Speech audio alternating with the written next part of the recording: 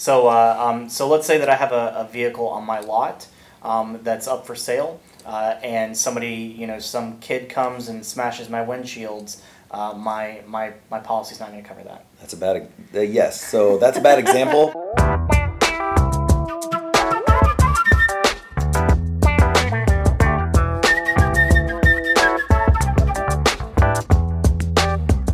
Hi guys, my name is Andrew. I'm here with Eric Link from All American Bonds and Insurance. We're going to talk about different insurance products and the insurance industry as it relates to auto dealers, you guys out there, to see exactly what is it that we should be concerned about, what kind of insurance do we need, what is something good for us to evaluate. And we'll talk about a couple other related topics and products that All American offers to its customers.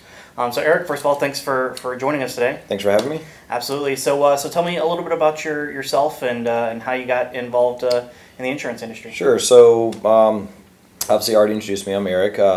All American Bonds and Insurance. We operate a website called quickerbonds.com, and the primary portion of the industry that we work in for the insurance is for used car dealers.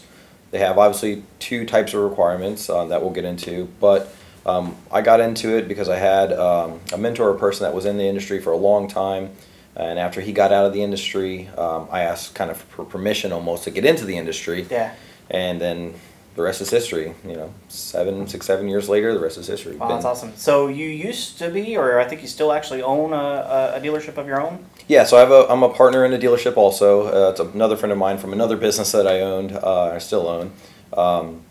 And he just had been in the industry for a long time here in Orlando, and whenever the economy kind of collapsed back in 2006, 7, and 8, we kind of got together and put our heads together and put a plan together basically to buy work trucks from all the construction workers that were getting out of the industry. Yeah. And he already had the setup for the dealer license, so we just got the dealer license and went about buying pickup trucks on the retail side, and then instead of reselling them to the public, we just took them to the auction. So as a dealer, what you mentioned there were kind of two that were required. So let's talk a little bit about what are the required insurance types that I'm gonna need to look at. Sure. So I actually speak a lot to new and business dealers across the state of Florida and other states as well, but across the state of Florida for these new independent guys that are coming, and explain to them not only what the insurance requirements are, but helping them understand what it is too. So first of all, the state requires two things. The state requires a surety bond or a $25,000 certificate of deposit, which is essentially the same thing as a surety bond. And a lot of people get that confused with an insurance policy, but it's not. It's an insurance product, but it's not actually an insurance policy.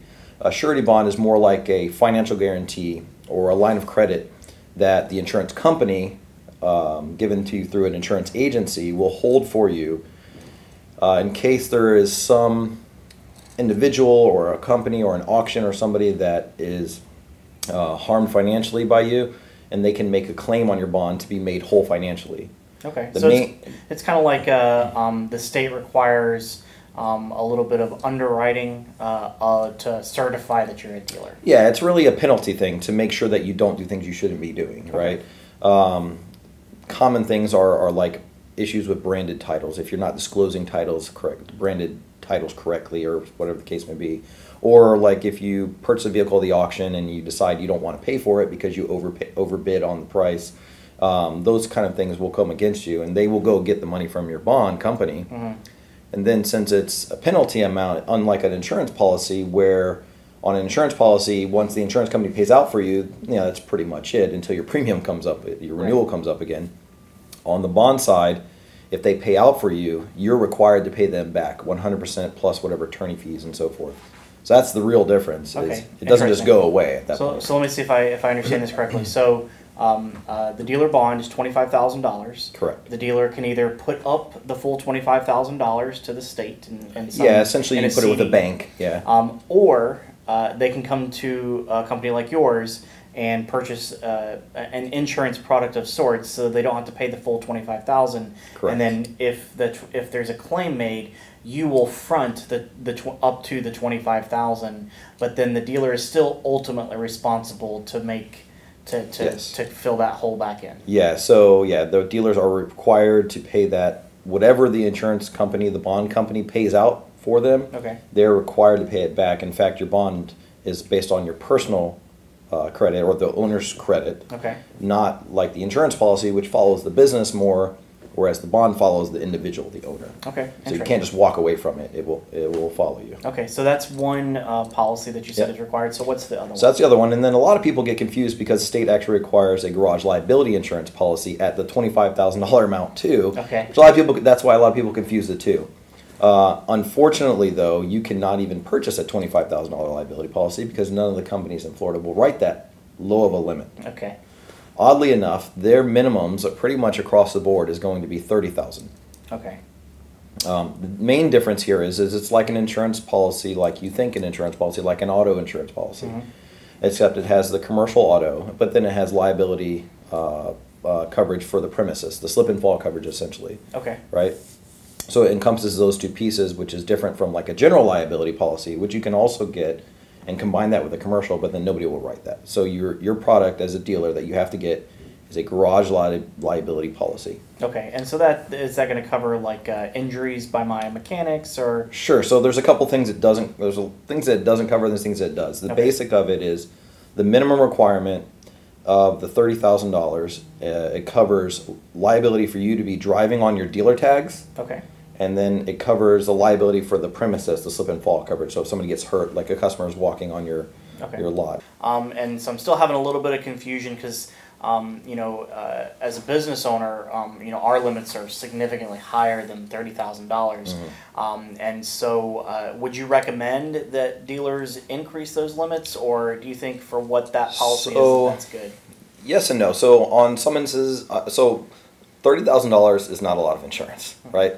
So first of all, that liability amount is only covering the ability for you to drive on your dealer tags on the street. And then the liability, premises liability, right? Right. And that's it. It's not covering any of your inventory. It's not covering anything else. So so let's say that I have a vehicle on my lot that's up for sale, and somebody, some kid comes and smashes my windshields. My policy's not going to cover that. That's a bad, yes. So that's a bad example because a lot of times in the state of Florida, a lot of people think, oh, windshields are covered in your insurance policy. My personal insurance policy. But that's on your personal insurance. Correct. On your commercial, it's not covered. Okay, so they don't cover that. And if they did, every single one of those policies that you're covering damages to your vehicles, that's not under your liability. That's not required by the state. So a lot of people don't even have it. Okay. A lot of dealers don't get that because it costs more, especially when you're first starting out, right? So dealers choose a lot of times, unless they've been in business before, a lot of times dealers choose just to get the requirement. So the requirement is $30,000 or $25,000 of liability, but the real requirement is $30,000. Because that's all that anybody will correct, and then your $10,000 of PIP, which you just, that pretty much in order that you got to have it. You can't change it. Just leave that. My personal injury protection. Yeah, PIP. Yep. So that's the basic, and that's all that's required. Now, what I always encourage dealers is to say, okay, if you're going to start out new business, brand new business, and let's say you're only exporting vehicles. So you're not driving anything on the streets. It's going from the auction onto the transport company to the port and out of the country. So literally it's never even really technically coming into my possession. Correct. You really don't have much liability there, right? So fine, get your $30,000 limit. No big deal. But if you're doing anything else other than that, then at that point you need to consider what your liability really and truly is, and you need to have what's called a double aggregate. Okay. All right. A double aggregate essentially means that you have a limit, which is the $30,000 for one incident, for whatever happens in that incident, and then you have a total or an aggregate for the life of the policy of a higher amount, which is usually double. So you'll have a 60. Okay. Essentially meaning you have a $30,000 accident and another $30,000 accident that you can have before you lose your insurance policy. Okay. Okay. So that makes sense. And usually the policy is written for a 12-month period? Policy is always written for a 12-month period unless you hit your maxed out amount. So if you hit that $30,000 or that $60,000 maxed out, if that's at the minimum, your policy is going to get canceled. Okay. And you're going to be uninsured at that point. Okay.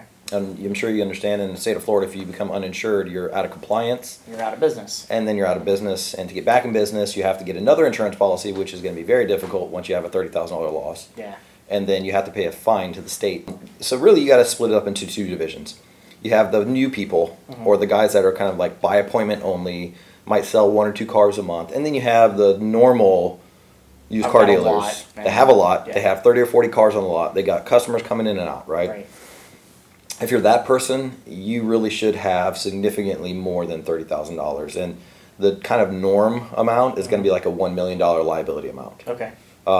If you're on the other side of the spectrum, where you're in a nondescript kind of warehouse style building, you have 1 car and nobody ever comes on your location to purchase a car or anything like that, you have less liability. The only thing you really should be concerned about is who's driving on your dealer tags and how often is that happening, and then you look at your risk based off of that, because then that's your liability really. So Eric, we were talking about the 2 requirements. One is the dealer bond. We talked about the kind of 2 options with that, and then the other is the garage liability, which really just covers basically slip and fall, and then my dealer plate as it's riding around town.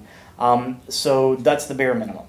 If I'm going to open up a lot, on a corner here downtown in Orlando, and I'm going to have lots of people, and I'm going to be moving cars and just really kind of having an active lot, what are some recommendations of other products that I should consider? So there's lots of what I would call additional products that you can add on to your policy other than the minimum requirement, right? Or other than the liability requirement. The first one and the biggest one, the most common one, is going to be your DOL. Okay. Your DOL is a term. It's called a lot of different things. Dealer's open lot is the industry term, the insurance term, or we call it DOL for short. A lot of people call it comprehensive and collision on your personal side. That's what we know it that way. People call it inventory coverage or inventory protection. It's all the same thing. This is basically what covers your inventory. Okay, so it's like if a hailstorm comes and takes. Well, let's take hail and let's put it over here on the side, because that's like a no-no word in the insurance business. But I'll get to that in a second. All so right. essentially, you have the way insurance is written is called on symbols, right? Each insurance company writes this particular product on a different symbol, and insurance products on different symbols. So understanding what they mean is important. That's why the hail is an issue, right? Okay. But usually that's an excluded one. Yeah, usually hail is going to be excluded along with wind and flood. Well, no, that's important to know what is and is not covered by your insurance policy. Yeah, so when we quote you, we're always going to tell people, like, okay, this is what it is, and this is what it excludes. Yeah. Right? Because that's usually with insurance is not what is it covering, but what is it excluding. What am I not covered by? Yeah, exactly. Yeah. So that type of coverage, the physical damage or the DOL, that's what's going to cover your vehicles while they're on the lot and while they're driving around on the road. If you hit somebody, your liability covers their car and their bodily injury, right? Okay. Your DOL and your stuff covers your vehicle for repairs. So really my inventory protection. Your inventory protection is what it is. Yeah, this is what's covering your cars for loss, essentially. Okay. It's not required by the state. If you have a floor plan company, which a floor plan company is loaning you money to purchase the inventory, it is required by them. So you have to have it by them, because that inventory essentially is their inventory.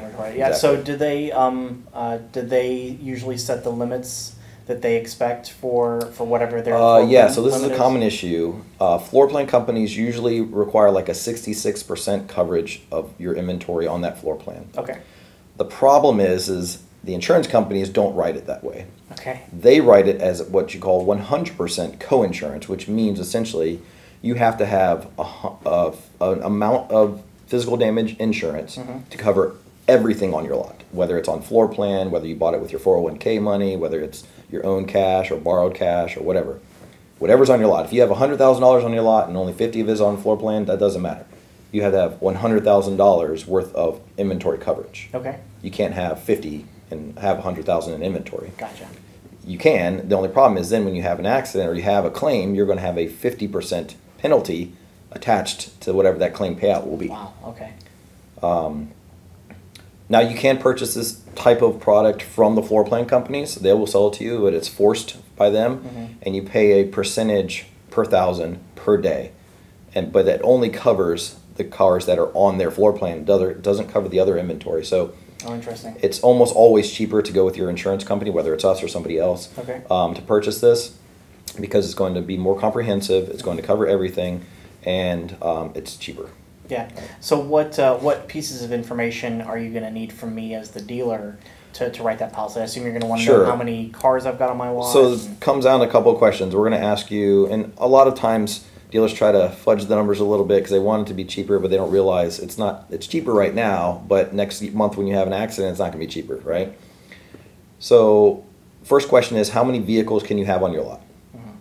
Second question is, what's the maximum dollar amount for any one vehicle? Okay. That best guess, you know. And this, when we're talking about this, we're talking about their cost, not retail price. Next question is going to be, what's the average cost for any one vehicle, right? And then from there, we're going to derive kind of a number. If you're not exactly sure, like if you know you have $100,000 on your lot, okay, that's what we'll do. But if you're not sure and it kind of goes here, goes there, then we'll come around that way, asking different questions and come to a number of what we think you should probably have. Yep. And then if your floor plan is saying, okay, you need this much, but you really need this much, we're going to tell you that, hey, this is what you actually need. It'll satisfy them still, right? But this will also satisfy your insurance company. So you buy insurance really to cover, you know, your butt as a dealer, right? Yeah. I mean, that's the purpose of insurance, Yes. is really to cover yourself should something bad happen. And so Yeah. when that bad thing happens, you don't want to be like, oh, well, I saved a penny there. Yeah, So. exactly, yeah. And to give you an idea on cost on that side, well, so if we back up a second on the liabilities section, give you an idea on the cost there. You know, in the Central Florida area, if you're at the minimum limits, the 30, 60, which we don't necessarily recommend everybody be there, right? But if that's what you have to do and that's where you're at, for that 30, 60, you can range anywhere from like $1,100 to like $1,500, depending And again, that's for an annual policy. Yeah, an annual policy, yeah. And that's going to depend on a couple factors, you know, your driving record, right? Because you're driving on the dealer tags, how many dealer tags you have, how many employees you have, or what you call contractors, porters, right? That also drive on the dealer tags, and their driving records. Okay. And then just location. Are you in a high crime area? Right. It's going to be more expensive. If you're in a lower crime area, less expensive. Yeah. So that thing is generally understood. On the other side, for the stuff that's not required, like the physical damage that we're just talking about, that I generally explain to people, you know, look, for $100,000 worth of inventory, you're probably going to end up paying somewhere between $800 and $1,000 a year. Wow. Okay. So I mean, we're not talking huge numbers here. No. To have full kind of good exactly. coverage. Yeah. Now those come with a couple of things. Number one, your general coverage is going to be fire. Everybody's generally going to be covered for fire. Collision is generally going to be covered. Theft and vandalism generally are going to be covered with an exclusion. Some companies, and every company is a little bit different, but some insurance companies will exclude theft and vandalism if your lot is unprotected. Okay. So Meaning, on a fence or security cameras. No, security cameras don't matter really. Oh, it's really? really the fence, some sort of physical barrier to prevent people from coming in and touching those cars. Interesting. Okay. So like a fence, a post and chain. If you're a warehouse building and all your cars stay indoors at night. Now we're not talking about during the day when you're open for business. We're talking about when you're closed. Where's the inventory held? If it's unprotected, some of the companies will exclude theft and vandalism, and you have to know which companies those are. They won't tell you until it's like page 75 or whatever of your insurance policy. Okay. But when we quote you, we'll tell you, hey, theft and vandalism is excluded if your lot is unprotected. Okay. Okay. So yeah, you're going to have those kind of things to consider. And then wind, hail, and flood is a sticky point. That's a longer conversation. Not many. All day. Yeah. Not many companies in the state of Florida will cover you. Okay. You got two groups there. New in business, and dealers are very hard to get that coverage, and if they do get it, it's not cheap. So Eric, we were talking about wind, hail, flood damage, which is obviously a big issue here in Florida. Yeah. We've got hurricanes. Just today it was some crazy thunderstorms blowing through. Yeah. I think there was a tornado warning. So you kind of mentioned that a lot of companies will exclude that, and we talked about exclusions and how important it is to be aware of what your exclusions are as you're, signing up for your policy. So what would you recommend then that dealers do? Frequently we know within a couple of days that a hurricane's coming. And so if I know that I've got, $100,000, $200,000 worth of inventory on an uncovered lot, I'm going to want to do something. So what would you recommend are some options that I consider? So one thing to understand is once there is a named storm anywhere in the direction of Florida, you cannot alter or change your insurance. Okay. Everything is stuck the way it is. As far as coverage for your inventory, liability, that's a different subject. But like as far as covering damages to inventory, you're pretty much stuck. You cannot add, change. You can get rid of it, which I don't see why you would, but right. You can't add it or change it or increase it or anything. What I typically recommend to dealers is if you have somewhere to put the vehicles indoors, put them indoors. If you can get them out of way of the storm, get them out of the way of the storm. Hire a transport company, drive them yourself if you can. Yeah. I know last year, in 2018, we had a dealer that sells high-end vehicles, your Bentleys, your Lamborghinis, these kind of vehicles. And he actually drove a Bentley up into Georgia when the storm was coming up the west coast. Yep. And normally you can't change your insurance coverage, but the insurance company allowed him to adjust his what you call radius of driving privileges on his dealer tags to be able to drive that car out of the storm's pathway, which is unusual. Usually they won't change coverage for that one. They were like, please, no problem, please do. He had coverage for it. He would have been covered had he had a loss, but I just didn't want to have that loss. Yeah, exactly. Yeah. So especially some of our coastal communities, that's definitely important. Again, so we talk about flood, hail, and wind. Those are kind of the three things that we really need to be cognizant of. I mean, in general, if you're within a mile of the coast, you can forget it. Yeah. You're not going to get it. Once you start moving away, you can get it. It's just going to be more expensive than the companies that don't offer that coverage. So it's really, you got to weigh your risk. Do you want to pay for it and give them the risk, or do you want to just take on the risk yourself? Right. So those are the business decisions that you have to make as an owner. Correct. Okay, excellent. So brands on a title, right? So some of your common ones are like if the title is, the vehicle is like a rebuilt, it's going to have a brand on the title. Yep, if the vehicle is a flooded vehicle, it's going to have a brand, right? All these kind of different things that could happen to the vehicle. And so I think the DMV is the one that actually puts the brand on the title. So if a dealer rebuilds the vehicle, they have to take it to get inspected from a DMV inspection facility, and then they issue new VIN numbers and a new title to that vehicle that is branded. Yeah, so a big thing right now is last year we had all these hurricanes, right? Right. There's a lot of flooded vehicles out there in Texas and so forth that are getting kind of pushed back into the market, so to speak, through the auctions and so forth. And so as a dealer, if you're not aware of that and you end up buying one of those cars, it's been refurbished, it's been cleaned, you wouldn't know any other way, but then you sell that vehicle and don't disclose that brand to the customer. Right. And then let's say 6 months down the road, all of a sudden all their electrical is no longer working and they go get it fixed or checked out, they're going to say, oh, wait a minute, this vehicle was flooded, that's why all this is not working. And so in that sense, the insurance company basically that bought that flooded vehicle, they would have been the one that added that brand in by the time that it got to the auction. And then you would have, as a dealer, known at the auction that it was a branded vehicle, even if you didn't know what it means. But that's something that typically the auctions disclose it, and then it should be on the title, physical title as well. Okay. And there's a document that you disclose and have your customer sign when they're purchasing that vehicle that, hey, I understand I'm purchasing a branded vehicle and a flooded vehicle, so to speak. And if you don't disclose that, they can come back 5 years later and get everything from the value of the vehicle, depreciation, any cost of repairs, anything that they had to do with that vehicle, that monetarily, and they will have an easy claim against your bond. Okay. And they will get all that money from your bond company, which again, if you remember from earlier, you're now required to pay back. Yeah, and then your bond company's going to come after you. Plus the attorney fees to do it. Plus the attorney fees. Yeah. Okay. So that could get pretty pricey pretty quickly. So the moral of the story is that either understand your market and disclose all the brands to your customers correctly, or just don't deal in branded vehicles. Yeah. So let's talk a little bit about bonds. Okay. So what is the situation when a dealer would want to get a bond for a title? Let's say the title is lost or destroyed or something like that. So the dealer can then go, and a lot of times it's not that they want to go do it, the state is requiring them to do it. Okay. So to get that title corrected or whatever the case may be, to get it redone, they have to go and get a bond for that title stating that, hey, this is the correct owner or this is the correct vehicle or whatever the case may be, and that bond essentially guarantees that they're being truthful and honest. Okay. Right, or if it's a rebuilt vehicle or whatever the case may be. So that way, later on down the road, if there's an issue with that same vehicle or that same title, and it turns out that the dealer was dishonest about it and didn't do what they were supposed to do, then there's a bond out there for this customer or whomever to come and be made whole monetarily. So it's basically just a financial guarantee that it is what they say it is. So how the dealer bond kind of functions for the entire dealership, a bonded title is just for that one transaction. Exactly, just for that car, just follows that car. And then it's just because there's an elevated risk level on that because of the way the title was handled with whatever happened to it. Yeah, there's lots of different ways that it can happen. Okay, excellent. And that's a service that you guys provide? Yeah, we do bonds all the time for titles. They're called title bonds. Okay. They're very inexpensive. It really just comes down to